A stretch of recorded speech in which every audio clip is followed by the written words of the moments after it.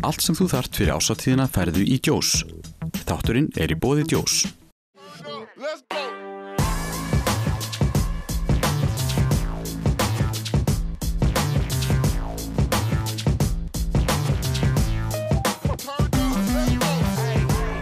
Já, komið sæl og velkomin í taktíkina. Í þættinum í dag ætlum við að fjalla yngri flokkastarf í fótbolta. Hérna til mér settið ég komið Aðalbjörn Hannesson, yfirþjálfari yngri flokka hjá KA. Velkomin, Ali. Takk fyrir. Ertu til að segja okkur aðeins frá, út á hvað gengur yngri flokkaþjálfun hjá ykkar félagi? Yngri flokkaþjálfun snýst bara mikið að veita börnum og annað möguleika á það að fá góða knattspyrnuþjálfun og samanskipa bara skemmtilega hreyfingu og félagsskap og annað slíkt. Þannig að það bara búa til gott starf fyrir hvort sem þú ert 4 ára eða 18 ára og allt þar á milli. Í grunninn byrjar þetta, það mjög þægilegt að fá krakka fyrst inn á æfingar, hún bara mætir og sparka bolta og skora mörk og svo vindur þetta svolítið ofan á sig. Já, klárlega. Í byrjun þá snýst það mikið bara að vera með öruggt umhverfi fyrir krakkana. Það sem kannski fáir krakkar í hóp og hæfir þjálfarar. Það sem sinna þeim vel og svo fer þetta alltaf meira og meira að vera flóknara, bæði varðandi tækni, leikfræði og annað slíkt og svo líka náttúrulega varðandi félagslega hluta og andlega hluta sem við þurfum að vinna í alltaf meira og meira sem við verðum eldri. Ertu með það, hvað eru margir að æfa hjá KA? Á veturnar það svona cirka 550 í öðrum kalla og niður og þriðja kvenna niður. Þór KA með annað kvenna og svo fer þetta alveg 700 sumar. Það bætist vel í þá. Það er krökkur sem eru að æfa eitthvað annað og svo náttúrulega alltaf einhverjir sem koma nýjar inn á sumrinu og halda svo áfram. Yngstu krakkarnir sem eru að koma, þetta eru mjög ungi krakkar. Já, algjörlega og kannski ekki mikið hægt að gera með það og kannski meira svona leikja skóli eða þau eru að venjast boltanum og eins og bara að vera örugg í þessu umhverfi, þannig að þau séu klár þegar þau verða eldri. Svona í grunninn, hver svona helstu markmiðin með knattspyrnuþjálfun? Það vissulega náttúrulega mismunandi milli flokkana en í grunninn, út á hvað gengur hún? Knattspyrnuþjálfun? Já. Það náttúrulega bara númer 1 og 3 ætla árangur kannski að vera góður tæknilega, þannig að við leggjum mikla áherslu á það sérstaklega í yngri flokkunum að vera góður tæknilega og svo þegar það komið þá skiptir svona kannski liðsheildar hugsun og annað slíkt miklu máli sem við reynum þá að koma inn bæði æfingar og keppni og annað slíkt.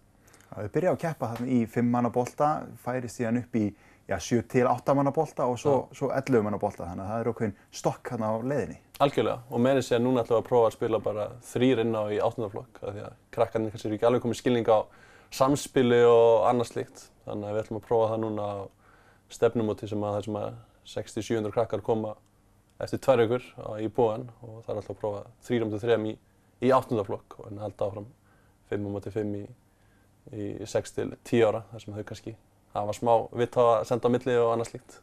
Yngri flokkastarfið, það skiptir margt máli, þetta ekki bara spurning að vinna leikina, heldur kannski önnur markmið í leikjunum og jafnvel stóru leikjunum á mótum sumarsins. Já, algjörlega og rauninni bara markmið allstaðar akkurat að krökkunum líður vel og að þau séu að bæta sig. Úrslitin, þau skipta máli í meistaraflokk en þar fyrir neðan þá skipta þau mun minna máli og stundum engu máli en að sjálfsögðu samt höfum það hugafar að fara inn í hvern leik til að vinna en þá á réttum forsendum. Og ef forsendunum eru réttar þá eru ánægð að vinna en við viljum miklu frekar sjá góða frammistöðu heldur en úrslit. Það þannig og þá skiptir engu máli hvort það séu 16 ára krakkar eða 4 ára krakkar. Þetta sem við viljum sjá. Það frammistaða númer 1 og 3. Einhver ákveðin lína sem svona lögð heilt yfir, eitthvað ákveðið kerfi sem að KA reynir að móta leikmennina inn í eða eitthvað svona eins og að spila alltaf út frá markmanni í staðinn fyrir að sparka honum fram? Já, sérstaklega að þau eru yngri og viljum taka þetta líka eftir því sem eru eldri. Þá viljum við klárlega spila boltanum frá marki og þannig að ef það er hægt að byggja upp okkar leik á samspili og annað slíkt. En svo náttúrulega stundum það ekki hægt og þá þetta ekki bannað en við viljum að þau spili sem mest frá marki. Maður hefur séð á mótum líka, það eru komnar reglur eins og að þurfa að bakka fyrir aftan ákveðin punkt þegar að markmaður andstæðinga heldur á boltanum. Hvað finnst þér þessa reglu? Mér finnst það bara mjög góð regla fyrir yngstu flokkana þar sem þau hafa kannski ekki getuna að byrja að spila út frá marki ef andstæðingurinn mjög framalega og þá þetta rauninni bara mjög góð hjálparregla og þannig já, ég myndi segja svona í 6, 7, 8 ára þá þetta mjög flott regla til að bara hjálpa krökkunum að búa til samspil en ekki bara kasta fram og vona það besta. Og þetta gríðarlega mikið utanumhald, þetta eru margir krakkar, margir þjálfarar en svo líka foreldrar og þetta nú ekki hægt á þess að fá þá líka mikið inn í starfið. Nei, og þar í K eru ótrúlega heppin. Bæðurinn bara almennt eru foreldrahóparnir mjög öflugir og svo í hverjum hóp, það ekkert búið að mynda núna foreldraráð, 3 foreldrar í hverjum árgang, 3 strákamegin, 3 stelpumegin, sem eru komin í foreldraráð og þar erum við með ótrúlega flott fólk sem fer fyrir sínum foreldrahópum og þetta skiptir öllu máli. Og það eru margir þættir líka, það náttúrulega eins og segir tæknin inn á vellinum en það margt sem skiptir máli, það mataræði, það svefn og svo bara leikfræði. Já, algjörlega og það skiptir miklu máli, sérstaklega þeir eru komin upp í 4. flokk að kenna þeim leikinn og eins og ég núna tók við 4. flokk og það fara fyrstu mánuðinni bara í að kenna þeim leikinn hægt og rólega. Þeir eru með 1-2 atriði á svona hverjum 2 vikum sem við leggjum inn og æfum það og svo vonandi. Þá eftir 1 ár eru komin undan okkur hreinu en þetta vinna og krakkarnir eru mjög meðtækilega og mikið áhuga að læra. Svo líka alltaf þessi dans, þetta á að vera skemmtilegt en þetta þarf líka að vera erfitt svo náir árangri þannig að það þarf svolítið að skipuleggja æfingarnar líka í takt við það. Já, algjörlega og ef þú skipuleggur þetta vel þá það ekkert mál. Því krakkarnir vilja hafa þetta krefjandi og bara maður bara sjálfur að þegar æfingin var á fullu og maður var að læra og maður var að leggja sig fram, það var gaman. Þannig að þú veist, ef þjálfarinn búinn að skipuleggja þetta vel, þá vel hægt að bæði hafa ótrúlega gaman á sama tíma og bæta sig mjög hratt. Nú K.A. lið á landsbyggðunum og það kallar á mjög mörg ferðalög yfir sumarið og yfir veturinn líka. Þannig að það dálítið mikið utanumhald og tími sem fer í þá vinnu.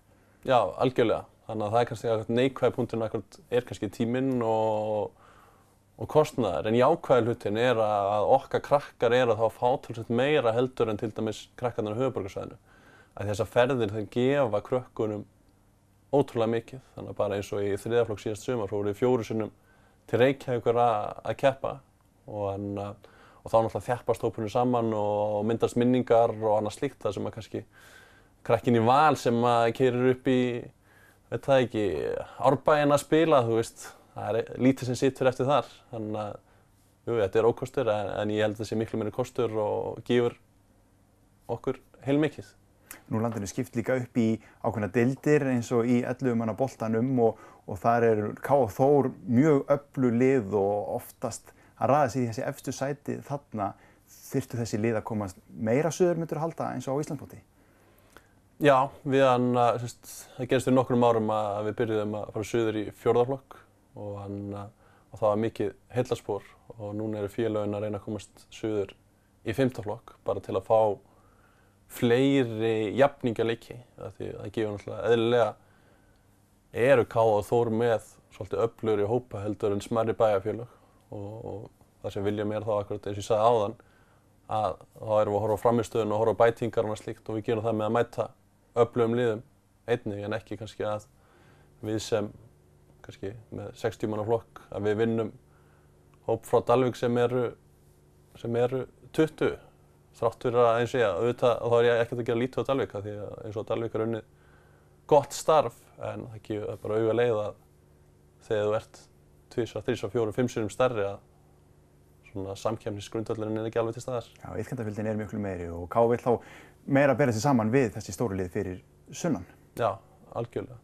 En á sama tíma samt vera áfram með lið eins og í 5. flokkum hérna að því að náttúrulega sjálfsögðu viljum við líka spila við liðin inn í kring. Það gott starfinu þar og líka bara mikilvægt að við séum til staðar fyrir þau. Tíminn til miður runni frá okkur, maður kemst alltaf í þeim að byrja að tala sérstaklega fótbolta, maður getur talað endalaust. Takk fyrir spjallið Ali og við vindum okkur yfir í auglýsingar. Sönn Jakkaföt, herradeild J.M.J. Akureyri. Þátturinn í boði J.M.J.